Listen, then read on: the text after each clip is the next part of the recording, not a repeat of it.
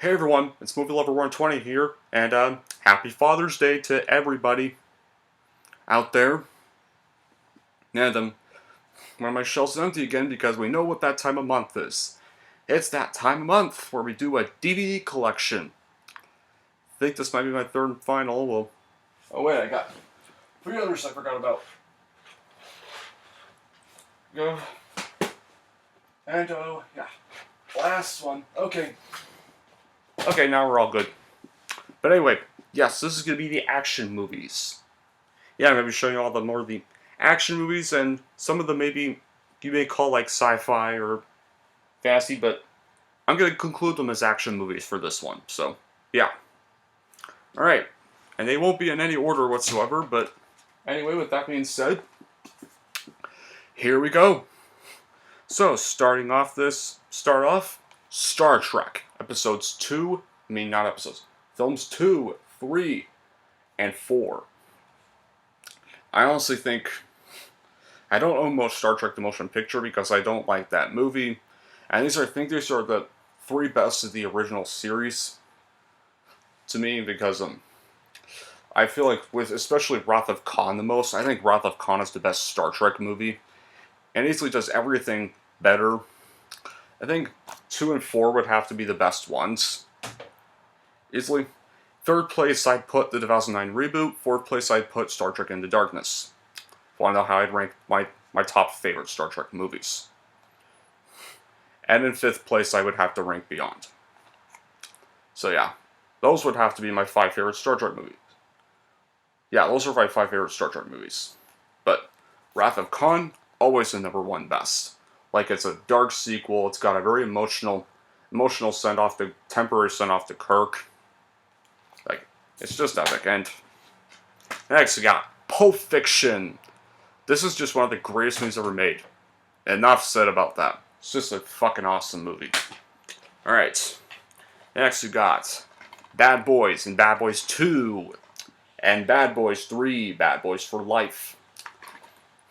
I watched these two like my first year of high school, and I gotta say, I think Bad Boys 2 would have to be my favorite one. Because I just think it's more like expanded on them.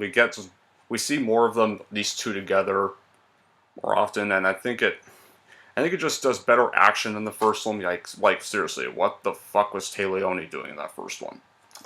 And then I saw this one in the theaters opening night with my best friend.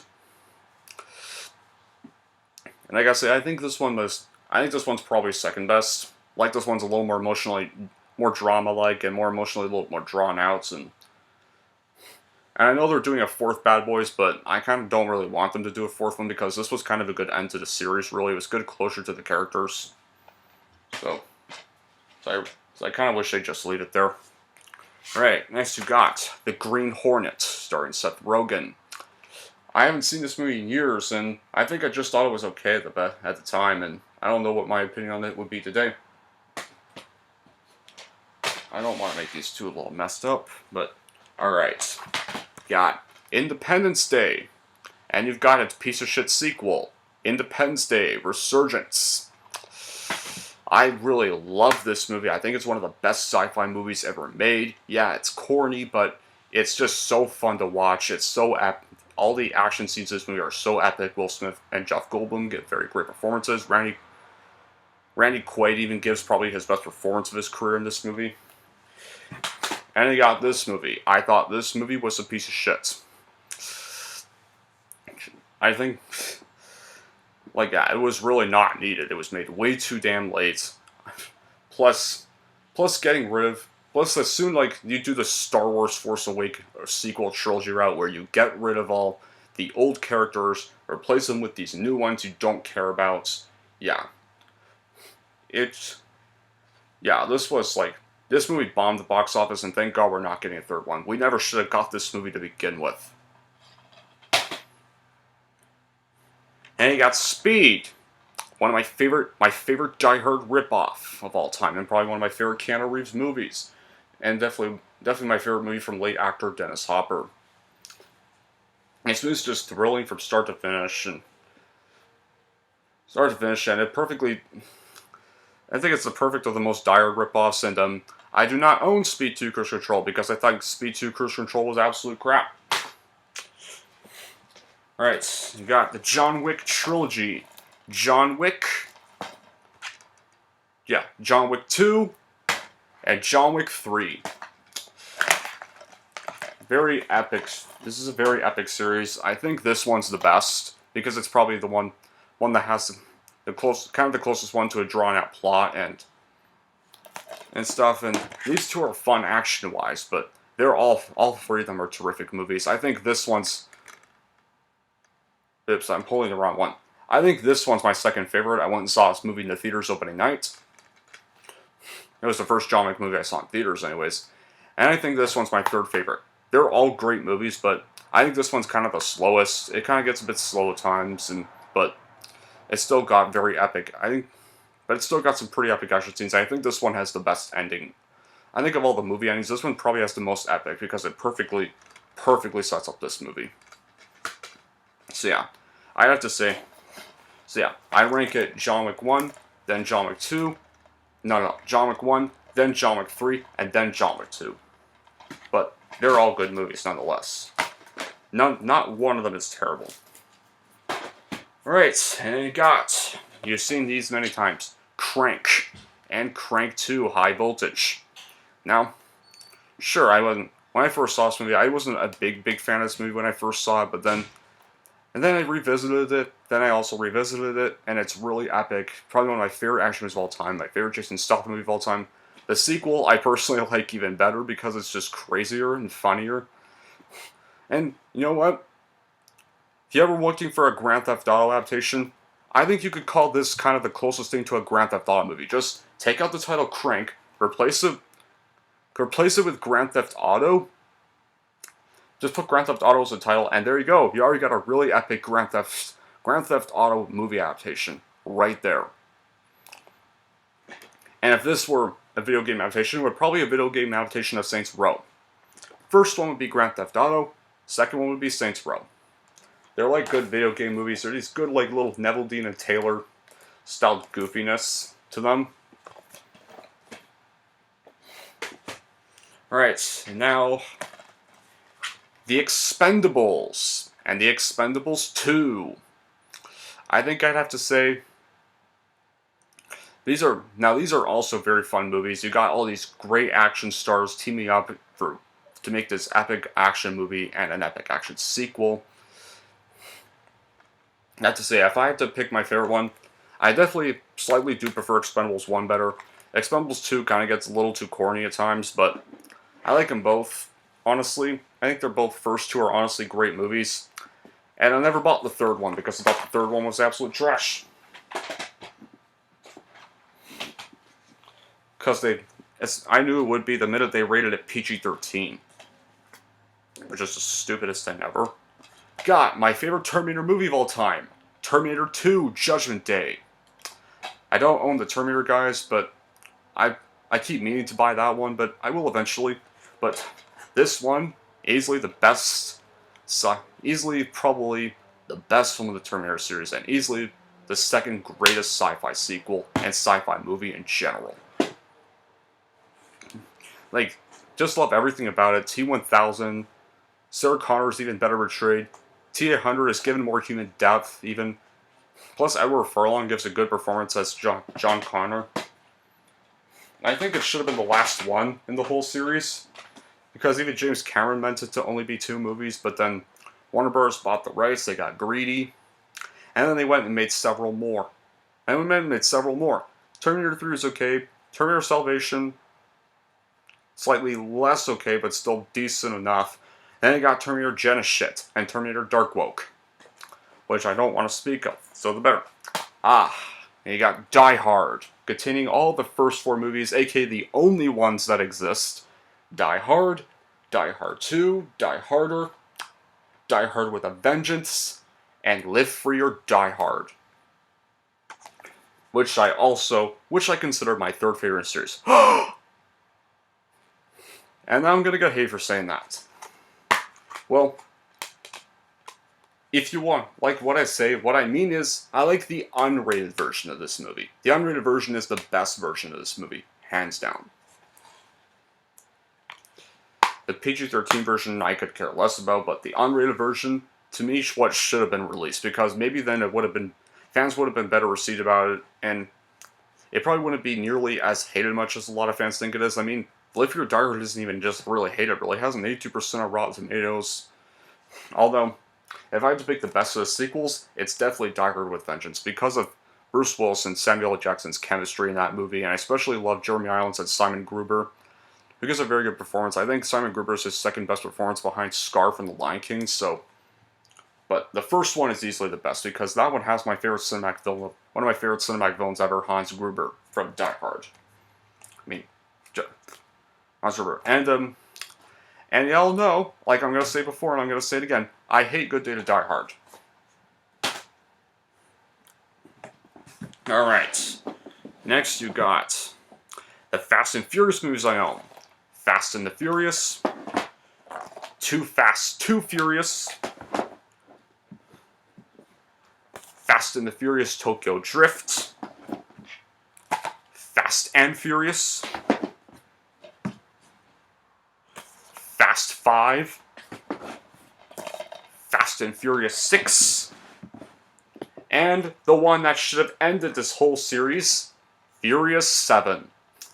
The last one, this to me should have stopped the Fast and Furious movies right here, because I do not own Fate of the Furious, because I don't like it. I thought it was boring as hell. I only saw it in theaters once, and I don't really want to see it again. But, however, and then you got Hobbs and Shaw, which is probably so ridiculously, probably just some ridiculous fun, really. I'm kind of glad they didn't go the Dom storyline for once for this one. They're going to go there with Fast 9, but I'm glad they kind of did a spin-off with only just Hobbs and Shaw for once, and didn't just do the whole gang again. Where they just kept these two separately as their own movie, where they have to, like a buddy cop movie in kind of a way. So yeah. Alright, next up, Star Wars, the prequel trilogy, and Star Wars, the original trilogy, aka the only Star Wars movies to exist. Well, except for Rogue One and The Mandalorian, of course. I don't mind calling those canon, but everything that's set after Return of the Jedi, movie-wise, is all fanfiction to me. I took the sequel trilogy DVDs I have, and I took them to the other house. So they're at the other house now. Because I don't like... And you want to know why? Because you obviously know why I hate those movies. Alright, next up, you got the Bourne Ultimate Collection that contains all 5 of the movies. The Bourne Identity, the Bourne Supremacy, the Bourne Ultimatum, the Bourne Legacy, and Jason Bourne. I still have yet to see these movies, guys, but hopefully I will eventually. Alright, next up you got my favorite action movie of the 2010s, Mad Max Fury Road. Man, easily the best movie of 2015. I remember going to see this in theaters twice. I had no idea what it was, and then I saw the movie and I instantly really loved it.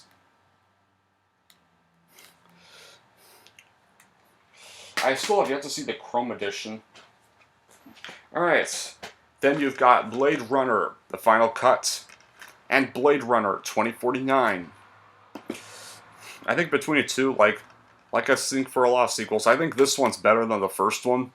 First one I find really confusing, but this one I find much more well done and better. I think this is my favorite Ryan Gosling movie of all time, and just amazing directions for Denis Villeneuve, and a good. I think this was definitely a better Jared Leto villain role at the time. Back when he did the Suicide Squad Joker, that was just like before they were deemed as Joker was Zack Snyder's Justice League, so it's also kind of a cool bonus. Alright, Lord of the Rings, all 3 of the movies, which has Fellowship of the Ring, 2 Towers, and my favorite one of the series, and my favorite 3rd movie of all time, and just favorite Oscar winner of all time, and just one of my favorite movies of all time in general, Return of the King. And then you got the extended editions of The Hobbit. You got the the not too bad first installment, Unexpected Journey, the disappointing but okay Desolation Smog, and of course there's the piece of shit third one, Battle of the Five Armies. So yeah, I've only seen Desolation Smog and Battle of the Five Armies once, but I have seen Unexpected Army a few times. I think that's the only one I really like. Desolation Smog I didn't really enjoy as much whatsoever. I did see it in theaters twice, and I still haven't rewatched it since then, but I remember the ending pissing me off so much. Like, they just abruptly ended it the worst time possible. They really should have not split Battle and Desolation into two movies, and should have just kept Hobbit as a two-parter, because the book isn't even that long. They just wanted to be like Star Wars and just cash in on trilogy success. I heard Peter Jackson didn't even want to direct the Hobbit movies, but he just came back. But he only ended up coming back just so that, because he feared like someone else would ruin Lord of the Rings the way they were going to direct it, so he ended up coming back. And he got Battle of Five Armies, which I also saw in theaters twice, and I did not like it at all. You got the Indiana Jones collection that contains Raiders of the Lost Ark, Temple of Doom, the childhood nightmare, The Last Crusade, and then you've got the bad fourth one, Kingdom of the Crystal Skull. Now, my thoughts on this whole series. Raiders of the Lost Ark is easily the best one. Last Crusade would be second place, would probably have to be the funniest. Then you got Temple of Doom in third place because, well, when I first, it took me a long time to like this movie. Saw this movie as a kid. It always freaked me out whenever I watched it. It took so yeah, I didn't really like this movie till I was older. Like a comment below if comment below if this if that fucker Mala Ram traumatized you as a kid. And you got Kingdom of the Crystal Skull. I did see this in theaters when I was a kid, and I did like it at the time, but as I got older, the more and more I rewatched it, I was like, yeah, I can see why people don't like this one. And I don't really like this one either, but I think it's more 5 out of 10 worthy, really. So I don't think it's too bad. Alright, so you got the Planet of the Apes reboot trilogy, which contains Rise of the Planet of the Apes, Dawn of the Planet of the Apes, and War for the Planet of the Apes. I saw all three of these in theaters, and I gotta say, I remember I first saw this in the theaters on Labor Day weekend, definitely loved it, and I had no idea there was going to be a sequel. Then you got Dawn of the Planet of the Apes, which is probably my favorite movie in the trilogy. Saw that movie in theaters twice. Definitely one of my favorite movies of 2014. And you got War for the Planet of the Apes. I thought this one kind of fell flat at times, saying it's kind of the weakest of this reboot trilogy because there's not really a war between the apes or humans, and most of the movie, it should be called Escape of the Planet of the Apes, really. It'd be a better title for it because the whole climax of the movie, when Caesar gets captured in that prison sequence, that prison sequence goes on way too damn long and takes up most of the majority of the movie, and basically, really, that prison sequence should have been way shorter. It almost took up a majority of the movie, so yeah, it should have been called Escape of the Planet of the Apes, but I think it's still a pretty good movie nonetheless, and still a good close to this reboot trilogy. And I really wish they didn't make a fourth one and just left it the way it was. Alright, and I got Tenet on Blu-ray. One of the few movies that did not get the direct streaming thing back last year, and actually only went to theaters and actually bombed because of that, since people were still scared to go to any cinemas. I was one of the few people that was willing to go support this movie, and yeah, it's not one of Christopher Nolan's best movies, but I think it's like a good movie for what it is. I mean, it's not too terrible, but I can see why some people probably wouldn't like it. Alright. We got The Professional. One of my favorite action movies of all time. Enough said. Grindhouse. And you got one of the fake trailers that was adopted from Grindhouse, Machete. Man. This movie's a good little turn off your brain action flick. And I absolutely just love Grindhouse. Love that it just combines the two together. These two movies together, like good little 70s throwback movies. I kind of wish they did more of this stuff because, I kind of miss all that. Alright, you got Kill Bill and Kill Bill 2. I think I like Kill Bill 1 the best in terms of action, and Kill Bill 2 in terms of story and drama. That's it about those. Alright. The original three Pirates of the Caribbean movies. Pirates of the Caribbean, The Curse of the Black Pearl. Pirates of the Caribbean, Dead Man's Chest. And Pirates of the Caribbean, At World's End. Now, these three are probably the only three that exist, like with Star Wars. But if I have to rank all these three, I think this one's better than the first one, and this one's probably the best. This one I find second best. It was a surprising movie not to become a bomb, and probably a movie that saved the pirate genre. And it got what is probably the weakest, but I still think it's a pretty good movie nonetheless.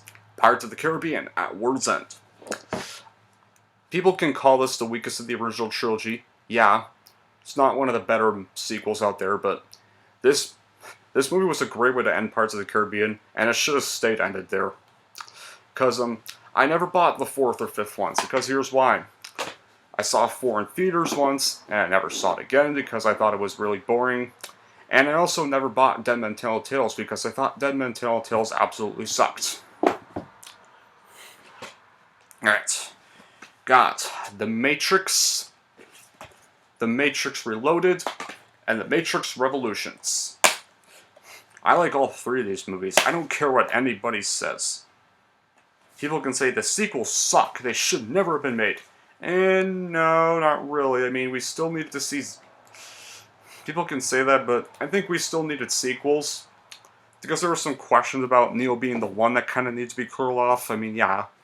We definitely should have got better sequels, but whether people like it or not, they're still canon, and they're always going to be canon no matter what.